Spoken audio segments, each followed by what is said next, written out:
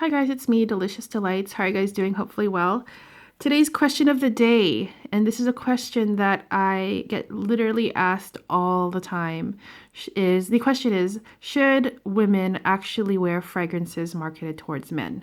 And also on the flip side, should men wear women's marketed fragrances? And the short answer is yes, absolutely. I don't think that fragrances have a gender, and I've said this a million times, but there are just some people out there who will completely disagree with me, and that's totally fine. That, everyone has their own opinion about it, but for me, I just think it's a pity to cut yourself off from so many beautiful fragrances that are unisex, and I think that pretty much everything is unisex, to be honest. There are some fragrances that remind me of something more masculine, or certain notes that are masculine or feminine, but that doesn't necessarily mean that only women should wear it or men should wear it. But I have a selection of 6 fragrances here that are marketed towards men, but I enjoy them a lot for myself. And I think that if you are a woman and you're looking for some other options, maybe you're just getting bored of women's fragrances right now, and you just want something different perhaps, and you haven't really, swam into those waters of men's marketed fragrances, then these ones I think that are great recommendations to at least try on your skin to test and see if you like it for yourself.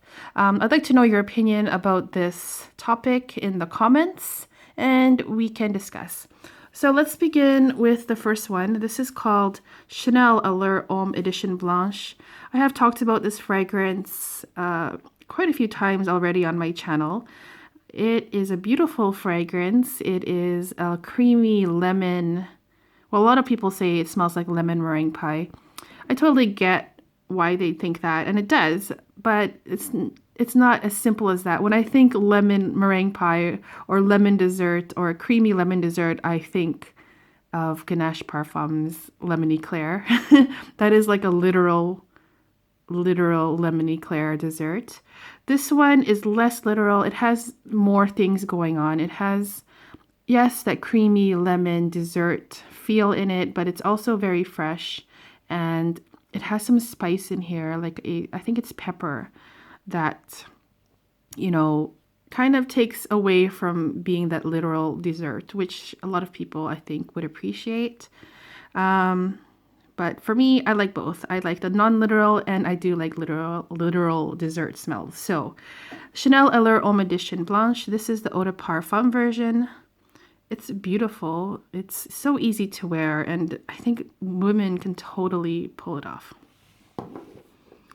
Next up is a fragrance also from the house of Chanel. It is Platinum Egoist Eau de Toilette. I love the bottle. I love the way it looks.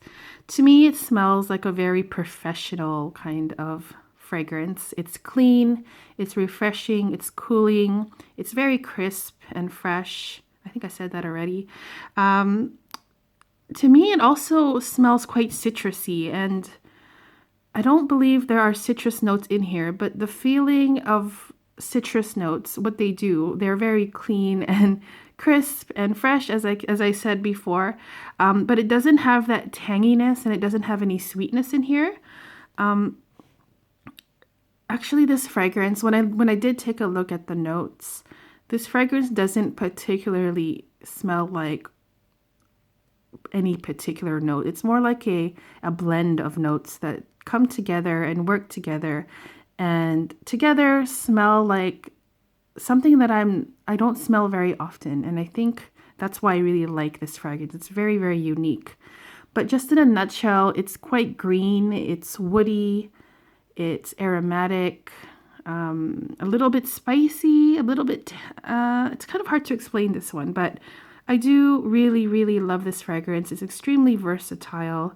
I also enjoy the Egoist, like not the Platinum, just the regular Egoist version as well. But I think this one's a little bit more wearable. So, Chanel Eau de Toilette of Platinum Egoist. Okay, next up is a fragrance from the house of Givenchy, or Givenchy. I don't know how to say. This is the Eau de Toilette version. So this is a very Also a very easy to wear fragrance. I don't know what the notes are in here. But to me, it smells like a very nice,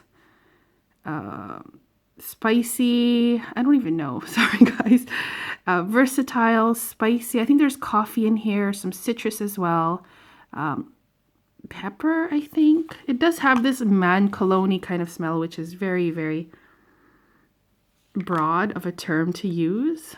But I really enjoy this, you guys. It's just a very easy to wear, versatile, pleasing, unisex fragrance. I also enjoy the intense version, but this one I think I prefer this one a little bit more. So yes, Givenchy Play Eau de Toilette.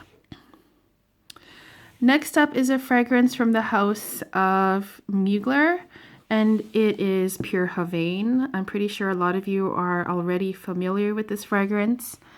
It is a beautiful fragrance that smells so good on me. I have gotten compliments actually on this, believe it or not. And every time I wear this, it reminds me of that time. So more specifically, it is a tobacco fragrance with notes of cherry in it. There's vanilla. It's a bit honeyish as well. And there's chocolate. And it's just a very delicious smelling fragrance that totally women can pull off. And it's beautiful. It's one of my favorite tobacco fragrances of all time. And it lasts very well also on my skin. So that would be Mugler. It says Thierry Mugler here still. Amen Pure Havane, a flanker from Amen. Okay, so the next fragrance I want to talk about, I think a lot of people might disagree when I say that women can wear this, but I actually really love wearing this as well. It is the very classic and iconic fragrance from the house of Dior, and it's called Fahrenheit Eau de Toilette. It would be my favorite of the entire line. They have a lot of flankers of this, but this one I enjoy the most. It is a very unusual smell. It smells both clean and dirty at the same time, if that makes sense. Dirty like a garage, like motor oil, like a dirty leather jacket. But there's also a clean aspect to this where there's some florals in here, and there's also some soapiness. And something clean as well. So when you put it together, it's very unusual, but it works so beautifully on my skin. And I grew up kind of like a tomboy, and I guess that when I wear this, it is a little bit nostalgic, where it kind of brings out that aspect out of me as an adult. So Fahrenheit Eau de Toilette by Dior, kind of daring for women, but it just brings out that extra boost of confidence that I need sometimes when I'm feeling a bit nostalgic, I guess, and kind of ballsy. So yes, Fahrenheit Dior. So the last fragrance I want to talk about is a new acquisition of mine. It is, I believe, being discontinued if it's not already. I got it at a perfumery, and it was on sale for half price, so I had to pick it up. And it was the last one, according to the essay in that store. So I had to pick it up. I really have been wanting this for a while, so I was glad to get it at a great price. And it is from the house of Gucci, and it's Gucci Pour Homme 2. And this weighs a ton, literally. I'll just unbox it. I already unboxed it, but I just didn't take it out yet. I'm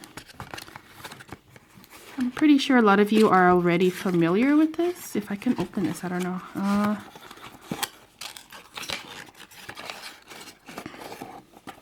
Okay. So here it is. It's absolutely gorgeous. Everything about this bottle, as I said, it weighs a ton, literally. I love the way it looks. It's like a big brick. Like, it's literally like a weapon, I think. And the house of Gucci, I've been struggling with this house as it's kind of like a hit and miss. I I don't think that a lot of the releases in the past years have been very good. My favorite release from this house is Gucci Parfum #1, and that has been unfortunately discontinued. And then I just discovered the fragrance, the Gucci Guilty Pour Homme Absolute, and it is absolutely gorgeous. It's a very beautiful animalic leather fragrance that I believe is also gonna get discontinued. I think I heard. I'm not sure if that's true or not, or if it's just a rumor, but I have heard that. So yeah, I really was surprised with that. Other than that, this is also one of my favorites from the house. And in a nutshell, let me see. It's so heavy and so chunky, and I love it. The cap is a little bit hard to come off. I'm gonna spray it. I can barely hold it in my hands. It's okay. So this fragrance, a lot of people say that it smells like tea. And I totally would agree that it smells like tea. I'm a huge tea drinker. I drink a lot of tea. It's like a ritual for me. So it does remind me of tea, but more specifically, it reminds me of the dried tea leaves, like a very high quality dried tea. And in specific, it smells like Darjeeling tea, which is a black tea with leaves that are harvested in a place in India called Darjeeling. I don't know if that even matters. Anyways, it does smell like tea, but not just that. There's a beautiful, beautiful spice along with this tea that I smell. And it's so gorgeous. There's some floral notes in here as well. I do want to review this fragrance, so I won't talk too much about it. But yeah, it is totally something that would work on all genders, women and men, totally. And I'm so happy now that I own a bottle of it. Okay, so guys, that would be 6 fragrances that are marketed towards men that I personally love. Please share some fragrances that are marketed towards the opposite sex that you love. I'd love to hear it. I'm open to all suggestions. I might do a women's video for men that maybe they can check out some women's fragrances as well. We'll see. I hope you guys enjoyed the video, and I'll be back with more soon. See you guys. Bye.